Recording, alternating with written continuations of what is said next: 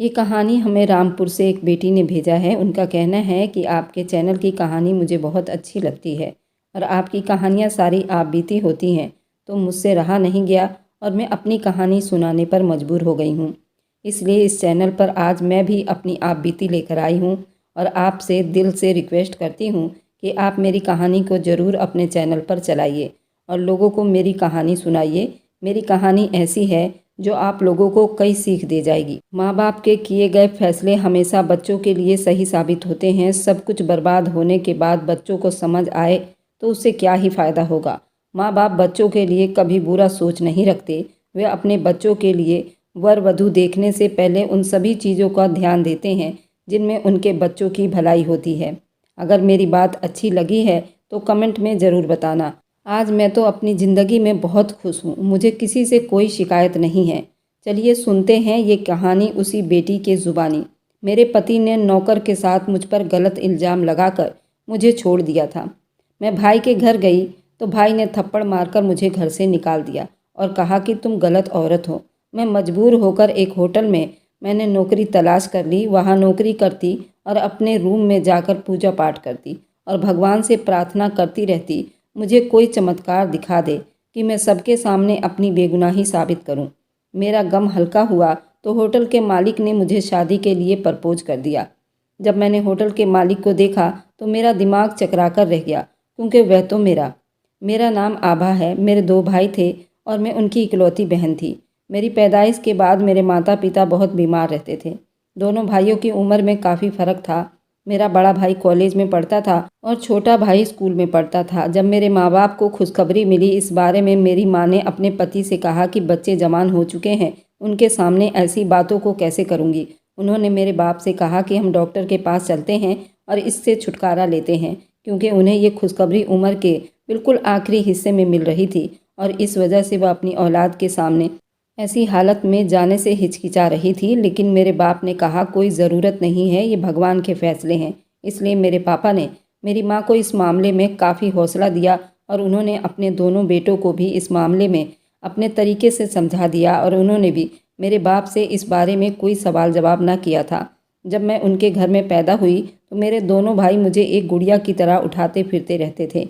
मेरी माँ और मेरे बाप उन्हें देखकर खुश होते थे और मेरा बाप मेरी माँ से कहता कि तुम फिजूल में ही परेशान हो रही थी। देख लो तुम्हारे बेटे अपनी बहन से कितना प्यार करते हैं। मेरी माँ भी ये देखकर खुश थी, लेकिन मेरी पैदाइश के बाद उनकी तबीयत बहुत ज़्यादा ख़राब रहने लगी। वह अक्सर ही बीमार रहती थी। मेरे बाप ने मेरी माँ को हर जगह डॉक्टर से चेकअप करवाया था और उनका इलाज करवाया। डॉक्टर ने उन्हें ब्लड कैंसर बताया और ये भी बताया कि उनकी ज़िंदगी के दिन अब बहुत कम हैं। ये खबर मेरे घर वालों पर क़यामत बनकर टूटी थी। मेरी माँ ने मेरे बाप से कहा कि मेरे बाद मेरे बच्चों का ख्याल रखना। मेरे बाप ने उन्हें हौसला दिया कि तुम ऐसी बातें क्यों कर रही हो, जल्द से जल्द ठीक हो जाओगी और अपने बच्चों की खुद देखभाल करोगी। लेकिन भगवान को कुछ और ही स्वीकार था। लेकिन 2 महीने के बाद मेरी माँ हम सबको छोड़कर इस दुनिया से चली गई थी। जब मेरी माँ इस दुनिया से गई तो उस वक्त मेरी उम्र सिर्फ 4 साल की थी। हमारा घर एकदम से बिखर गया था। किसी को भी मेरी माँ की मौत का यकीन नहीं हो रहा था। मेरे भाइयों ने ही मेरी देखभाल की और मैं शुरू से ही अपने भाइयों और अपने बाप के ज़्यादा करीब रही। इस बीच मेरे बड़े भाई ने अपनी पढ़ाई पूरी की और विदेश में जॉब के लिए अप्लाई करने लगा और मेरे पापा से कहा कि मैं तो बाहर जा रहा हूँ और छोटा भाई अपने पढ़ाई में बिजी था, तो बहन का ख्याल रखने के लिए घर में कौन मौजूद होगा।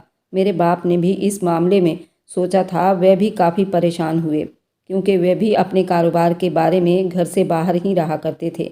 मुझे नौकरानी के हवाले भी नहीं कर सकते थे। इसलिए अब मेरे पापा के बहन भाइयों ने सलाह दिया कि वे दूसरी शादी कर लें। मेरा बाप दूसरी शादी करने के लिए राज़ी नहीं था। उनका ख्याल था कि मेरी औलाद क्या सोचेगी कि माँ के मरते ही बाप ने दूसरी शादी कर ली। लेकिन इस बात की जानकारी मेरे भाई को हुआ तो उन्होंने कहा कि ये तो ठीक है। इस तरह भाई के कहने पर मेरे बाप ने दूसरी शादी कर ली। मेरी सौतेली माँ ने शुरू में मेरे बाप के सामने मेरा बहुत ख्याल रखा, लेकिन जब तक मेरे पापा घर में मौजूद होते तो मेरी माँ मेरी तरफ कोई खास ध्यान ना देती। मैं भूख से बिलखती रहती, लेकिन वो मेरी परवाह ना करती। रात को जब मेरे भाई और मेरा बाप वापस आता तो मैं अपनी तोतली जुबान से उन्हें बताती मुझे भूख लगी है, तो वह अब मेरी माँ उनके सामने मुझे प्यार करना शुरू कर देती और मेरे लाड नखरे उठाना शुरू कर देती। इसलिए उन्हें इस बात का अंदाज़ा ही नहीं हुआ कि मेरी सौतेली माँ मेरे साथ उनके जाने के बाद कैसा व्यवहार रखती है। इसी तरह दिन बीत रहे थे। मेरी उम्र अब 8 साल की हो गई। 3 साल के बाद मेरा भाई विदेश से आया। मैं अपने भाई को देखकर बहुत खुश हो रही थी और वह भी मेरे साथ बातें करने बैठा हुआ था। वह मुझे मेरी पढ़ाई के बारे में पूछ रहा था और बहुत छोटी-छोटी बातें कर रहा था। मैं भी खुशी से मुस्कुरा रही थी। इस तरह कुछ दिन बीते कि घर में बड़े भाई की शादी का शोर उठा। मैंने जब अपने बड़े भाई की शादी का सुना तो मैं बेहद खुश हुई। जब मुझे पता चला कि मेरे बड़े भाई की शादी मेरी सौतेली माँ करवा रही हैं तो मैं एकदम से बिल्कुल बुझ गई थी, क्योंकि सौतेली माँ की सहेली की बेटी अक्सर हमारे घर पर आती थी और वो मेरे साथ अच्छा व्यवहार ना रखती थी। मैं अपने बड़े भाई को बताना चाहती थी कि आप उस लड़की से शादी मत करो, लेकिन मैं उन्हें खुलकर बता नहीं सकी थी। ये बात मैंने अपने दिल में दबा ली। इस तरह मेरे बड़े भाई की शादी बहुत धूमधाम से हुई। मेरा बाप भी अपने बेटे की शादी पर बहुत खुश था। मेरे बाप ने मेरे बड़े भाई को कह दिया था कि अब वह बाहर विदेश ना जाए, बल्कि अपना खानदानी कारोबार ही संभाले। इसलिए भाई ने मेरे बाप के साथ ही दफ्तर जाना शुरू कर दिया। पहले तो मेरी सौतेली माँ मेरे साथ बुरा व्यवहार रखती थी। अब उनके साथ साथ उनकी सहेली की बेटी शामिल हो गई थी। एक बार मैंने कोशिश की अपने बाप से इन लोगों के बारे में बता दूं, ये मेरे साथ कैसा व्यवहार रखते हैं, लेकिन मेरे बाप ने मेरी बात पर कोई ध्यान न दी। धीरे धीरे उनका व्यवहार भी मेरे साथ अजीब सा होना शुरू हो गया था। मेरा बड़ा भाई भी अपने कारोबार में बिजी हो गया था और दोनों छोटे भाई भी अपनी अपनी नौकरियों में बिजी थे। मैं पहले भी अकेली रहा करती थी और अब भी अकेली हो गई थी। जैसे जैसे मैं बड़ी हो रही थी, मेरे अंदर बहुत घाव थे। मैं खुलकर किसी से बात नहीं कर सकती थी। अक्सर परिवार में मेरे व्यवहार पर अब बातें होने लगी थी। मेरा बाप मेरी जिम्मेदारी मेरी सौतेली माँ पर डालकर खुद आज़ाद हो चुका था। धीरे धीरे मेरी सौतेली माँ ने मुझे घर के काम करवाने शुरू कर दिए और ये काम मुझे मेरे भाइयों के ना रहते हुए करवाती थी। मैं उन्हें मना नहीं कर सकती थी। एक बार मैंने मना करने की कोशिश की तो उन्होंने मुझे डरा दिया और धमका दिया, जिसकी वजह से मैं उनके गुस्से से डर कर काम करना शुरू कर देती थी। मैंने 10वीं पास कर रखी थी और मेरे भाई ने मुझे कहा, तुम कॉलेज में भी पढ़ाई कर सकती हो। लेकिन मेरी भाभी और सौतेली माँ ने मेरे भाई से कहा कि ये खुद ही आगे पढ़ना नहीं चाहती, इसमें तो बड़ी मुश्किल से 10वीं पास किया है। पहले कौन से उसके नंबर अच्छे आ रहे थे जो अब ये कोई और गुल खिलाएगी। और ये हकीकत भी थी। किसी ने मेरे पढ़ाई पर कोई ध्यान नहीं दिया। मैं पढ़ाई में कोई अच्छे नंबर लेकर नहीं आई थी, इसलिए मेरे भाई ने भी और ज़्यादा इस बात पर गौर न किया और मैं धीरे धीरे घर के कामों में मगन होती गई। मैंने अपनी चाहत घर के कामों में लगा लिया था और उसी में अपना सुख ढूंढ लिया था। घर में जब कोई मेहमान आता तो मैं तरह तरह के खाने उनके लिए बनाती थी और उन लोगों की सेवा करती। मेरे भाई मेरे हाथ का पका हुआ खाना खाकर मेरी तारीफ़ें करते। अब मेरे दूसरे भाई की भी शादी हो चुकी थी। उसकी पत्नी भी बहुत मोटी थी और नखरे वाली थी। वह कम ही किसी से बातचीत करती थी और ज़्यादातर अपने कमरे में ही रहती थी।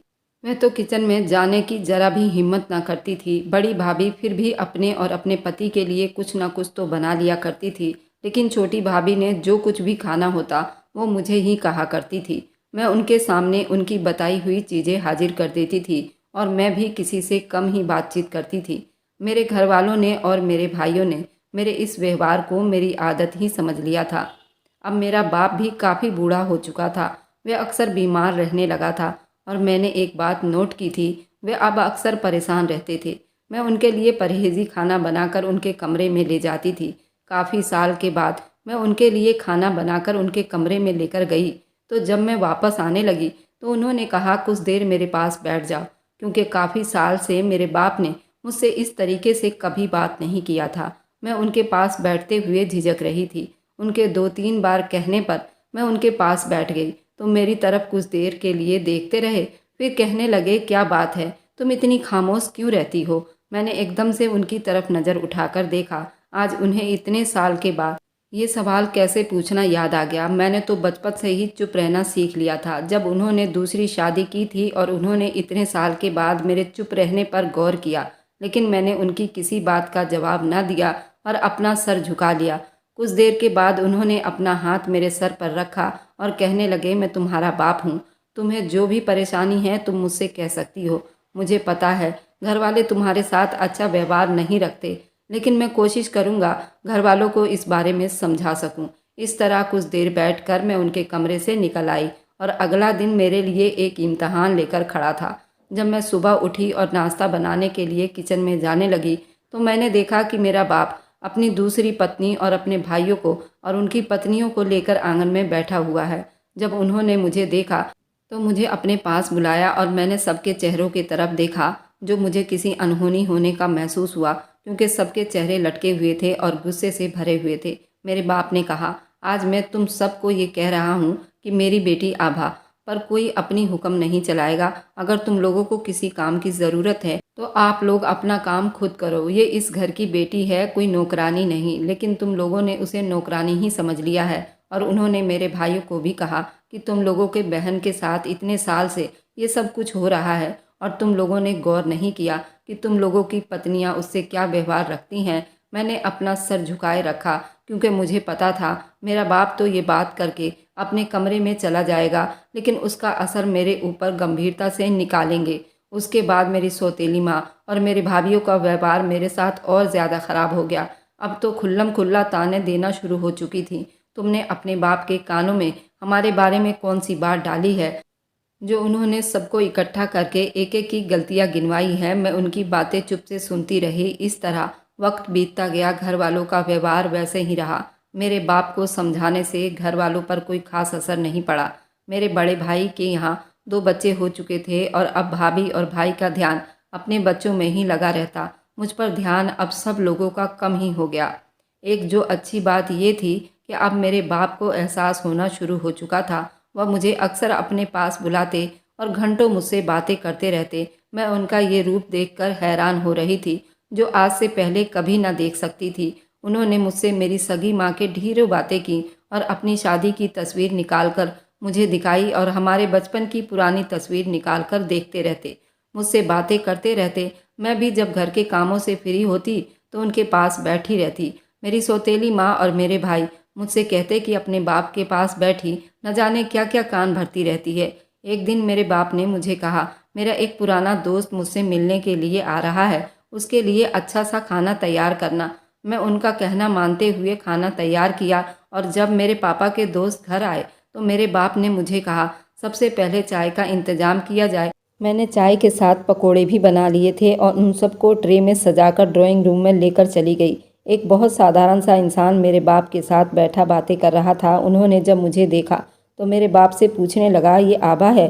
तो मेरे बाप ने कहा हाँ। तो कहने लगे, ये तो बहुत बड़ी हो चुकी है। मैंने तो उसे तब देखा था जब ये 2.5-3 साल की थी। मैं उन्हें देखकर पहचान ना सकी। इस तरह काफ़ी देर बैठकर मेरे बाप और उनका दोस्त बातें करते रहे। जब खाने का वक्त हुआ तो मैंने खाना परोसा। उन्होंने मेरे खाने की बहुत तारीफ़ की। इस तरह कुछ देर बैठकर वे चले गए। उनके चले जाने के बाद मेरे बाप ने घर वालों को एक बार फिर इकट्ठा किया और कहा कि मैं तुम लोगों से एक बहुत ज़रूरी बात करना चाहता हूँ। मैं आज फिर से परेशान हो गई थी, न जाने वे आज फिर से कौन सी बात करने वाले हैं। कहीं उस दिन की तरह फिर से कोई ऐसी बात ना कर दें कि घर वाले मुझसे फिर से दूरी बना ले, मुझ पर तानों की बरसातें कर दें। लेकिन जो उन्होंने बात की मैं सुनकर हैरान रह गई। उन्होंने कहा कि मैंने अपनी बेटी की शादी करने का फैसला किया है। जब मैंने उनकी बात सुनी तो नज़रें उठाकर हैरान सी अपने बाप की तरफ देखा। मेरे बड़े भाई ने कुछ देर के बाद मेरे बाप से कहा, आपने इतना बड़ा फैसला इससे पूछे बगैर ही कर लिया? तो मेरे बाप ने कहा, आज से पहले तुम लोगों ने कौन सी इसके बारे में कोई बात की है या इसकी खबर ली है जो अब तुम लोगों से मैं सलाह लेता फिरूं? मैं नहीं चाहता कि मेरी बेटी इस घर में नौकरों की तरह काम करती रहे। मैं भी उसके भविष्य के बारे में फैसला करता हूँ। मेरे बड़े भाई ने पूछा कि आपने आभा का रिश्ता कहाँ पर तय किया है? तो मेरे बाप ने कहा, मैं उसका रिश्ता अपने दोस्त के बेटे से तय कर चुका हूँ। मेरे दिमाग में एकदम से उनके दोस्त का चेहरा याद आया जो सुबह सवेरे मेरे बाप से मिलने आए हुए थे। मेरी सौतेली माँ और भाभियाँ शादी के लिए राजी नहीं थी क्योंकि मेरे बाद उनके काम कौन करता। इस तरह मेरे बाप ने खुद ही मेरा रिश्ता तय कर दिया। घर वालों ने एक बार भी लड़के को न देखा था और मैंने अपने बाप के इस फैसले पर मना न कर सकी, इसलिए चुप से उनके फैसले पर सर झुका लिया। करीब 20 दिन के बाद मेरे बाप ने कहा कि संडे के दिन आभा की शादी हमने तय कर दी है और संडे को ही शादी होगी। वे लोग बारात लेकर संडे को ही आ रहे हैं, इसलिए सारा शादी का इंतजाम घर में ही किया गया क्योंकि शादी के लिए कुछ लोग ही आ रहे थे।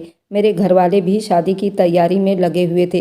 कुछ खास मेहमानों को बुलाकर और शादी एकदम साधारण तरीके से होनी थी। मेरे ससुराल के तरफ से ज़्यादा लोग नहीं आ रहे थे, इसलिए पापा ने कुछ ही मेहमानों को बुलाया था। संडे को मेरी शादी बिल्कुल साधारण तरीके से हुआ। मेरे ससुराल वाले शादी का जेवर लेकर आए थे, मैंने वही जेवर पहना था। मेरी सौतेली माँ एक बार भी मेरे पास ना आई और उन्होंने मेरे कन्यादान ना किया था। मैं अपने कमरे में ही मौजूद थी, बाकी सारे लोग ड्राइंग रूम में बैठे हुए थे। एकदम से मेरे कमरे का दरवाज़ा खुला और मेरा बड़ा भाई, मेरा बाप, कमरे में दाखिल हुआ। मेरे बाप ने मेरे सर पर हाथ रखा और कहने लगे, मैंने पहले तो सिर्फ तुम्हारी शादी का फैसला किया था, लेकिन आज ही तुम्हारी विदाई भी करवा रहा हूँ। जब उन्होंने ये शब्द कहे तो मैंने एकदम सर से दुपट्टा उठाकर उनकी तरफ देखा। मेरी आंखों में आंसू आ गए। तो उन्होंने कहा कि तुम्हें परेशान होने की कोई ज़रूरत नहीं है, ये तो मैं तुम्हारे भले के लिए फ़ैसला कर रहा हूँ, क्योंकि तुम्हारी जिसके साथ शादी हुई है वह लड़का बाहर विदेश में नौकरी करता है। उसने थोड़े दिनों के बाद विदेश वापस चले जाना है, तो इसलिए तुम्हारे ससुराल वाले चाहते हैं कि वे तुम्हें अपने साथ विदा करवा कर ले जाएं, ताकि तुम दोनों पति पत्नी एक दूसरे के साथ टाइम बिता लो। इस तरह मेरे बाप ने नौकरानी से कहकर मेरे बैग तैयार करवाया और मैं अपने बाप के गले लगकर रो रही थी। रोते हुए भाइयों से मिलती हुई अपने घर से विदा होकर ससुराल वालों के साथ आ गई। सारे रास्ते में रोती रही, क्योंकि आज तक मैंने अपने घर से दूर नहीं गई थी। मैंने अपने पति का चेहरा भी ना देखा था। गाड़ी में बैठकर मेरी कमर थक चुकी थी और सफ़र ख़त्म होने का नाम ही नहीं ले रहा था। करीब 6-7 घंटे के सफ़र करने के बाद गाड़ी एक बड़े से बंगले में जाकर रुकी। मेरे ससुर ने मुझे गाड़ी से उतरने के लिए कहा। मैं हैरान हो रही थी। उनके घर में कोई भी औरत नहीं थी जो मुझे घर के अंदर ले जाए। मैं अपने ससुर के पीछे, पति के पीछे चलती हुई घर के अंदर दाखिल हुई। मेरे ससुर ने मेरे पति से कहा, उसे अपने कमरे में ले जाओ। तो मेरे पति के शब्द मेरे कानों में पड़े कि आपने ही अपनी मर्जी से मेरी शादी करवाई है, तो आप अपने कमरे में ही ले जाओ। मेरा इसके साथ कोई रिश्ता नहीं, आप उसे अपने कमरे का रास्ता दिखा दो। जब ये शब्द मेरे कानों में पड़े तो मेरा दिल था जैसे किसी खाई में गिर गया हो। ये शादी उनकी मर्जी के बगैर हुआ था। मेरे ससुर ने मुझे मेरे कमरे का रास्ता दिखाया। मुझे कमरे में दाखिल करवा कर वह वापस चले गए। कहने लगे, मैं नौकरानी के साथ खाना वगैरह भिजवाता हूँ। इस तरह कुछ देर के बाद नौकरानी कमरे में आई। उसने खाना वगैरह दिया और मेरे कपड़ों का बैग रख कर मेरे पास बैठ गई और कहने लगी, मैम साहब, आपको क्या आदि के बारे में नहीं मालूम था? आदि साहब ने तो विदेश में ही किसी लड़की को पसंद कर बैठे हैं, जो बड़े साहब को बिल्कुल भी पसंद नहीं है। लेकिन आपके साथ तो बहुत बड़ा धोखा हुआ है। लेकिन आप चिंता ना करें, बड़े साहब दिल के बहुत अच्छे हैं, वे आपके साथ कभी अन्याय ना होने देंगे। मेरा दिल था कि जैसे किसी खाई में गिरकर चीखें मार रहा हो। मैंने उस नौकरानी से तो कुछ भी न कहा। फिर नौकरानी चली गई। काफ़ी देर बैठी अपने पति का इंतज़ार करती रही, लेकिन मेरा पति कमरे में ना आया और मैं सफ़र से भी काफ़ी थक चुकी थी। इसलिए मैंने अपने आराम के लिए भारी भरकम कपड़े निकाले और बदल कर लेट गई। अगली सुबह मेरी आँख पूजा आराधना के समय खुली। मैं पूजा करने के लिए बाहर बरामदे में तुलसी मैया के पेड़ के पास जाकर सूर्य भगवान को जल अर्पण किया और फिर कमरे में आकर बैठ गई। कमरे का दरवाज़ा खुला। मैंने अपनी निगाह उठाकर देखा तो एक खूबसूरत आदमी मेरे दरवाजे पर खड़ा था। मैं जल्दी ही बेड से उठकर खड़ी हो गई, लेकिन वह आदमी कमरे का दरवाज़ा ज़ोर से बंद करता हुआ अंदर दाखिल हुआ और ऊंची आवाज़ से कहना शुरू हो गया कि तुम अपने दिमाग में एक बात बिठा लो, मैं तुमसे शादी करके तुम्हारे साथ ज़िंदगी बिताने का फ़ैसला नहीं करूँगा, बल्कि ये शादी मेरे बाप ने मुझे मजबूर करके करवाया है। इस शादी में मेरी कोई भी रजामंदी शामिल नहीं है। ये बात करके उसने मेरे दिमाग की धज्जियाँ उड़ाकर रख दी। मैंने उसके बात का कोई जवाब न दिया, चुप से सुनती रही। इस तरह कुछ देर के बाद वह कमरे से बाहर चला गया। मैं वैसे ही काफ़ी देर बैठी रही। कुछ देर के बाद मेरा ससुर कमरे में दाखिल हुआ। कहने लगा, मैं अपने बेटे के व्यवहार के लिए तुमसे माफ़ी मांगता हूँ। असल में ये शादी नहीं करना चाहता था, लेकिन मैंने इसकी शादी हिंदुस्तान में ही करना चाहता था और इसलिए अभी वह गुस्से में है, लेकिन देखना ये ज़रूर ठीक हो जाएगा। मैं उनकी बात सुनकर चुप हो गई। मेरे दिमाग में ये सवाल उठ रहे थे, अगर मेरे बाप को ये बात मालूम थी तो उन्होंने मेरे साथ इतना बड़ा जुल्म क्यों किया? मेरा बाप मुझे 2 वक्त का खाना भी नहीं दे सकता था, जो मेरी शादी करके मुझे जल्दी ही विदा कर दिया, इस नर्क में धकेल दिया। लेकिन मेरे पास उन सवालों का कोई जवाब न था। इस तरह मेरा पति उसी दिन अपना सामान वगैरह लेकर घर से गया और वह अपने बाप से ये कहकर गया कि मैं हमेशा के लिए ही ये शहर छोड़कर जा रहा हूँ। मेरे ससुर ने उसे रोकने की बहुत कोशिश की, लेकिन उसने अपने बाप की एक बात ना सुनी। मेरा ससुर अपने बेटे को बार बार ये कह रहा था कि तुम जरूर पछताओगे, हीरा छोड़कर न जाने किसके पीछे भाग रहे हो। बाप का मान सम्मान तुमने पैरों में रोन दिया है। मैं अपने दोस्त को अब क्या मुंह दिखाऊंगा। और मेरे ससुर मुझसे माफ़ी मांग रहे थे। मुझे उनका बार बार माफ़ी मांगना अच्छा नहीं लग रहा था। मैंने उनसे कहा, इसमें आपकी कोई गलती नहीं, आप इस तरह मुझसे शर्मिंदा ना करें। उन्होंने मुझे कहा कि तुम मेरे बेटे के रवैया के बारे में घर वालों से कोई बात ना करना, नहीं तो वे लोग बहुत परेशान हो जाएंगे। मैं अपने दोस्त को क्या मुंह दिखाऊंगा। मैंने उसकी बेटी का रिश्ता बहुत ही मान से मांगा था, और अगर उसे इस बात का पता चलेगा तो वह कभी बर्दाश्त नहीं कर पाएगा और मुझे कभी माफ़ नहीं करेगा। इस तरह मैंने उनकी बात मान ली और मैं अपने बाप से दिन में 2 बार बात करती थी। जब मेरा बाप मुझसे पूछता कि तुम अपने घर में खुश तो हो, मैं मुस्कुराकर जवाब देती थी, मैं खुश हूँ। इस तरह टाइम बीत रहा था। मेरे ससुराल में सिर्फ मेरा ससुर ही था। उनकी पत्नी काफ़ी साल पहले मर चुकी थी और उनका एक ही बेटा था जिससे मेरी शादी हो चुकी थी। इसके अलावा ससुराल में कोई रिश्ता मौजूद नहीं था। उनके घर नौकर चाकर थे जो सारे घर को संभाल रहे थे। मुझे किसी काम को करने नहीं देते थे। मैं सारा दिन फ्री बैठकर बोर हो जाती थी और दिल बहलाने के लिए किचन में चली जाती तो मेरा ससुर मुझसे नाराज़ हो जाते। इस तरह मेरे ससुर ने कहा कि इससे अच्छा है कि तुम अपनी पढ़ाई दोबारा से शुरू करो, और उन्होंने मेरा कॉलेज में एडमिशन करवा दिया। इस तरह मैं भी बिजी हो गई। दिन के टाइम मैं कॉलेज चली जाती, कॉलेज से वापस आकर उनके साथ बैठकर खाना खाती और शाम के खाने में नौकरों की मदद करवा देती। इस तरह पूरा दिन बीत जाता। मैं काफ़ी साल से अपने मायके नहीं गई थी और ना ही मेरा मायके जाने का कोई दिल करता। एक दिन अचानक मुझे खबर मिली कि मेरा बाप इस दुनिया से चला गया है, और तब मैंने अपने ससुर के साथ अपने बाप के अंतिम यात्रा करने गई थी। अपने मायके गई तो पता चला कि मेरे बाप को हार्ट अटैक हुआ था, जिसकी वजह से ये दर्द बर्दाश्त ना कर सके और चल बसे। इस तरह मैं कुछ दिन उधर रह पाई। जब मेरे ससुर ने मुझे कहा कि अगर तुम कुछ दिन और यहाँ रुकना चाहती हो तो रुक सकती हो, लेकिन मैंने कहा कि नहीं, मैं आपके साथ वापस जाऊंगी। इस तरह मैं अपने भाई से मिलती हुई अपने ससुर के साथ वापस घर आ गई थी। वापसी पर मेरा दिल हद से ज़्यादा उदास था, क्योंकि मायके में सिर्फ मेरा बाप ही था जो मुझसे प्यार करता था। वह भी इस दुनिया से चला गया था। मेरे ससुर मुझे काफ़ी हौसला देते रहते थे। इस तरह मैं दोबारा अपनी पढ़ाई में बिजी हो चुकी थी। ऐसे ही काफ़ी महीने बीत गए। एक दिन मैं कॉलेज से वापस आई तो मैंने देखा कि कमरे से कोई मर्द की आवाज़ आ रही थी। मैंने उनके कमरे का दरवाज़ा खोला।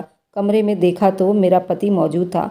मैं अपने पति को देखकर हैरान रह गई। ये तो कहकर गया था कि मैं दोबारा इस घर में कभी नहीं आऊँगा और कदम नहीं रखूँगा। अब इस घर में क्या कर रहा था? उसने मेरी तरफ पलट कर देखा। मैं अपनी नज़रें नीचे कर ली। उस कमरे से निकलती हुई अपने कमरे में आ गई। मेरे दिल की धड़कनें मेरे काबू में नहीं आ रहे थे। उस दिन मेरे ससुर ने मुझे कहा कि वह अपनी ज़मीनों को देखने के लिए गांव जाना चाहते हैं और 4-5 दिन के बाद वे गांव से वापस आएंगे। मैंने उनके यूं जाने पर एतराज़ किया। मैं घर में अकेली कैसे रहूंगी? तो उन्होंने कहा कि मैं जल्दी वापस आ जाऊंगा, तुम्हें घबराने की कोई ज़रूरत नहीं। कुछ दिन पहले उन्होंने घर में एक नया नौकर रखा था जो घर का सौदा वगैरह लेकर आया करता था और ज़रूरत का सामान लेकर आता था। लेकिन वे नौकर कहीं से भी नौकर नहीं लगता था। वह आदमी बहुत समझदार था। मेरे ससुर ने कहा, तुम्हें किसी भी चीज़ की कोई ज़रूरत हो तो इसे कह सकती हो, ये तुम्हें लाकर दे देगा। इस तरह वे गांव चले गए। मैं कॉलेज से वापस आई और मैं किचन में खाना तैयार कर रही थी। मेरा पति दफ्तर गया था और किचन में ही नौकर सामान रखने के लिए आया। उसने कहा कि मैडम जी, अगर आपको और भी कुछ चीज़ें मंगवानी हैं तो आप मुझसे कह सकती हैं। मैंने उससे कहा कि नहीं, किसी चीज़ की ज़रूरत नहीं। इतनी देर में मेरा पति अचानक घर आया और किचन के दरवाजे पर खड़ा हो गया। उसने कहा कि तुम इतने साल से ये रंगरलियाँ मना रही हो। मैंने अपने पति के तरफ देखा। वह किस तरह बेहुदा बातें कर रहा था। मेरे बारे में क्या जानता था? उसने तो कभी मुझसे बात तक नहीं की थी। आज मुझ पर अचानक हक जमा रहा था और मुझे बुरा भला कह रहा था। और फिर उस नौकर को धक्का देने लगा। तुम इस घर की औरत पर नज़र रखते हो? इस घर से दफ़ा हो जाओ। उसके बाद मेरे पति ने मेरी तरफ मुंह किया और कहने लगा, तुम्हारा इसके साथ चक्कर चल रहा था, तुम इससे क्या बातें कर रही थी? तो मैंने कहा, मैं इससे कोई बात नहीं कर रही थी। ये तो पिताजी ने अभी इसे नया नया नौकर रखा है और ये सब किचन का सामान लेकर आया था और मुझसे पूछ रहा था और कुछ चाहिए तो बता देना। मैंने आज तक किसी अनजान आदमी से बातचीत नहीं की, ना ही नज़र उठाकर देखती हूँ, और सारी ज़िंदगी मैंने शर्म हया में बिताए हैं। ये आप मुझ पर किस तरह का इल्ज़ाम लगा रहे हैं? मेरे पति ने मेरे चेहरे पर थप्पड़ मार दिया और कहा, मैं तो पहले ही तुमसे शादी नहीं करना चाहता था। मैं तुम्हें अभी अपनी शादी से आज़ाद करता हूँ। मैंने अपने पति की बहुत विनती करने लगी। अगर वो मेरे साथ ज़िंदगी नहीं बिताना चाहता तो ना बिताए, लेकिन मुझे ना छोड़े और इस घर से ना निकाले, वरना मेरे घर वाले मुझे ही गलत ठहराएंगे। लेकिन मेरे पति ने मेरी एक बात ना सुनी और उसने मुझे धक्के देकर घर से निकाल दिया। मैं उसकी बहुत विनती करती रही, ससुर जी को वापस आने दो, लेकिन उसने एक बात ना सुनी और दरवाज़ा बंद कर दिया। मुझे ऐसे लगा मैं अब नहीं बचूंगी। अब तो मेरा कोई सहारा भी नहीं था, क्योंकि मैं यहाँ किसी को भी नहीं जानती थी और ना ही यहाँ के रास्तों का पता था। मैं कॉलेज ड्राइवर के साथ जाती थी और ड्राइवर के साथ ही वापस आती थी। काफ़ी देर सड़क पर यूं ही चलती रही। मैं एक कार से टकराते हुए बड़ी मुश्किल से बची और उस कार से एक औरत निकली। मुझसे कहने लगी, तुम्हारा दिमाग कहाँ है? तुम सड़क के बीचों बीच चल रही हो। मैं गायब दिमागी से उस औरत की तरफ देखने लगी तो उस औरत ने मुझे कहा, तुम्हारी तबीयत तो ठीक है ना? अभी ये शब्द कह रही थी, मुझे अपना सर चकराता हुआ महसूस हुआ। मैं एकदम से नीचे गिर गई। उस औरत ने मुझे सहारा दिया, मुझे लेकर अस्पताल चली गई। घंटों के इलाज के बाद अस्पताल ने मुझे छुट्टी दे दिया। उस औरत ने मुझसे मेरे घर का पता पूछा, लेकिन मैंने उससे कहा मेरा कोई घर नहीं, मेरे पति ने मुझे छोड़ दिया है, घर से निकाल दिया है। उस औरत ने कहा कि इधर एक लड़कियों का हॉस्टल है, मैं तुम्हें वहाँ छोड़ देती हूँ। इस तरह वो मुझे लेकर हॉस्टल आ गई। वहाँ मेरा रहने का इंतज़ाम करवाया। उसके बाद मैं वहाँ रहने लगी। वहाँ रहते हुए मुझे 1 महीना हुआ था। ना ही मैंने अपने घर वालों से बात की और ना ही मैंने अपने ससुर जी से बात करने की कोशिश की, क्योंकि जिस रिश्ते की बुनियाद पर मेरा उससे संबंध था वह रिश्ता ही ख़त्म हो गया तो उनसे बात करने का क्या फ़ायदा। इस तरह मुझे हॉस्टल में रहते हुए 4-5 महीने बीत गए। अब मैं इस माहौल की आदी हो चुकी थी। एक दिन मैं अपने कमरे में बैठी हुई थी। हॉस्टल की वार्डन ने मेरे कमरे में आई और कहने लगी, हॉस्टल के मैनेजर साहब का आपके लिए बुलावा लेकर आई हूँ, वह आपसे शादी करना चाहते हैं। मैंने जब ये बात सुनी तो मेरा गुस्से से दिमाग फटने लगा। क्या हो गया? अगर मेरे पास रहने के लिए कोई जगह नहीं है तो मुझे हॉस्टल में रहने के लिए हॉस्टल के मैनेजर से शादी करनी होगी? ये बात मैं बिल्कुल बर्दाश्त नहीं कर सकती थी। इसलिए गुस्से में मैंने वार्डन से कहा, मैं तुम्हारे मैनेजर से मिलना चाहती हूँ। इस तरह मैं उसके दफ्तर में चली गई। लेकिन जैसे ही मैंने दफ्तर का दरवाज़ा खोला और जिस आदमी को मैंने अपने सामने देखा तो मेरी आंखें खुली की खुली रह गई। मेरे सामने वही नौकर खड़ा था जो हमारे घर का काम करता रहा। मैं हैरान रह गई। ये तो हमारे घर में नौकर बनकर काम कर रहा था और यहाँ एक सूट बूट में मैनेजर के रैंक पर काम कर रहा है। मैंने उसे कहा कि तुम यहाँ क्या कर रहे हो? तो उसने कहा कि आप बैठो, मैं आपको सारी बात बताता हूँ। उसने मुझे सारी बात बतानी शुरू की। आपके ससुर जी मुझे काफ़ी सालों से जानते थे, जब से उन्होंने आपकी शादी अपने बेटे से करवाया था, लेकिन उनका बेटा इस शादी के लिए राज़ी नहीं हुआ था।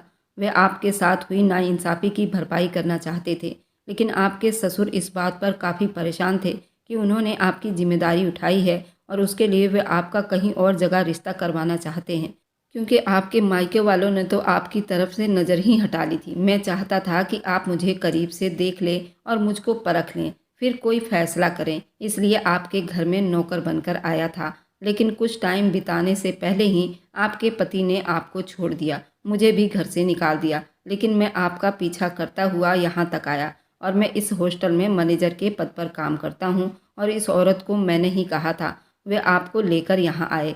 मैंने जब उस मैनेजर की बात सुनी तो मैं उस पर बहुत हैरान हुई कि एक मेरा पति जिसने मुझ पर शक किया और मेरी इतनी बेइज्जती की, और एक ये अजनबी था जो मुझ पर कितना यकीन करता था, मेरा ख्याल रखता था। इस तरह इसके दफ्तर का दरवाज़ा खुला और मैंने गर्दन मोड़कर देखा तो मेरा ससुर खड़ा था। मैंने उसे देखा और मेरी आंखों में आंसू आ गए। उनके आंखों में भी आंसू थे। उन्होंने कहा, मैं जानता था कि तुम यहाँ मौजूद होगी, लेकिन तुम अपने गम में थी, इसलिए तुमसे बात ना हो सकी। मैं अपने बेटे के व्यवहार के लिए बहुत शर्मिंदा हूँ। मैं तुमसे माफ़ी मांगता हूँ। उस दिन ना ही मैं गांव जाता, ना ही तुम्हारे साथ ये सब कुछ हुआ होता। इसलिए मेरे ससुर ने कहा, मैंने तुम्हारे लिए फ़ैसला किया है, अब तुम इससे चुन सकती हो या फिर तुम अकेली भी ज़िंदगी बिता सकती हो। मैं तुम्हारे सर पर हाथ रखता हूँ एक बाप बनकर। अगर तुम हाँ कहोगी, इस लड़के से तुम्हारी शादी भी करवा दूंगा। तुम अपनी ज़िंदगी में खुश रहो। इस तरह मेरे ससुर ने उस मैनेजर के साथ मेरी शादी करवा दी और मेरे दूसरे पति ने मेरा हर तरह से ख्याल रखा, मेरी हर जख्मों को भरने की कोशिश करता रहा जो सारी ज़िंदगी मैंने महसूस की थी। मुझे अपने भाई पर भी बेहद गुस्सा था। उन्होंने एक बार भी पीछे मुड़कर मेरा हाल चाल ना पूछा था, मैं किस हाल में हूँ। लेकिन मैं अपने पति के साथ अपने मायके एक बार ज़रूर गई थी। फिर मैं अपने साथ हुई सारी बातों को बताया कि मेरे साथ क्या हो चुका है। मेरे भाई ने जब मेरी बातें सुनी तो वह भी बहुत शर्मिंदा हुए। उन्होंने अपने व्यवहार की मुझसे माफ़ी मांगी। उन्होंने मुझे कहा कि अब मैं इस घर में रहूं, लेकिन मैंने उनकी बात मानने से मना कर दिया और मैंने कहा, मैं तो सिर्फ आपको ये बताने के लिए आई थी कि मैं अपने बाप का फैसला भी स्वीकार कर लिया और इस फैसले ने मेरी ज़िंदगी में एक भूचाल खड़ा किया। लेकिन आज मैं दोबारा से अपनी ज़िंदगी में एक कदम आगे बढ़ चुकी हूँ और मैं कोशिश करूँगी कि मैं इस ज़िंदगी को अच्छे तरीके से अपने पति के साथ खुशहाली से बिता सकूँ। आप लोग बताइए कि मैं अपने ससुर की बात मानकर उस लड़के से शादी करके ठीक किया या गलत। मेरा पहला पति तो उस विदेशी लड़की से शादी ना कर पाया क्योंकि उस लड़की ने शादी कर ली थी। अब उस लड़की के गम में यहाँ हिंदुस्तान आकर शराब पीता है और उसी गम में पड़ा रहता है। उसके पिता उसे देखकर चिढ़ते रहते हैं, खरी खोटी सुनाते रहते हैं और कहते हैं कि तूने हीरे को ठुकराया है, अब तू मिट्टी में मिलकर ही रहेगा। अब वो अपने किए पर शर्मिंदा रहता है और अपने पिता से माफ़ी मांगता है, लेकिन उसके पिता उसको कभी माफ़ नहीं करेंगे। मुझे भी फ़ोन करके बुलाते रहते हैं, मैं तो उनसे मिलने जाती हूँ अपने पति के साथ। मेरे पहले पति के साथ मेरा एक दो बार आमना सामना हुआ था। वह मुझसे नज़रें झुकाकर कई बार माफ़ी मांग चुका है, लेकिन अब उससे क्या होने वाला है। जो होना था वह तो हो गया। अगर आपको आज की कहानी पसंद आई है तो वीडियो को ज़रूर लाइक कीजिएगा और अपने दोस्तों के साथ शेयर भी कीजिएगा। और हाँ, अगर आपने अभी तक हमारे चैनल को सब्सक्राइब नहीं किया तो ज़रूर सब्सक्राइब कर लें। मिलते हैं हम अपनी कल की एक और नई दिलचस्प कहानी के साथ। मुझ पर सदा अपना प्यार और स्नेह बनाए रखें। सभी को मेरा प्यार भरा नमस्कार दोस्तों।